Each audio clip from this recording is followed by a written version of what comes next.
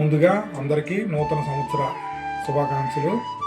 ఈరోజు వాక్య ధ్యానం కీర్తన గ్రంథం 15వ అధ్యాయం 1 నుంచి 5 వచనములు. ప్రభు, నీ మందిరమున వసింపగలవాడెవడు?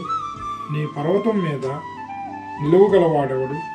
నిందారహితముగా జీవించేవాడు, ధర్మమును పాటించేవాడు, హృదయపూర్వకంగా సత్యము పలుకువాడు, ఇతరుల మీద కొండెములు చెప్పనివాడు, స్నేహితునికి కీడు చేయనివాడు, ఇరుగు పొరుగు వారి మీద నిందలు మోపనివాడు, దేవుడు తిరస్కరించిన వారిని అనాధారము చేయువాడు, దైవభక్తులను గౌరవించేవాడు, నష్టం వాటిల్లను తాను చేసిన ప్రమాణం నిలబెట్టుకునేవాడు, అప్పిచ్చి వడ్డీ తీసుకొనివాడు, లంచం పుచ్చుకొనివాడు, నిర్దోషులకు అన్యాయం చేయనివాడు, ఇట్టివానికి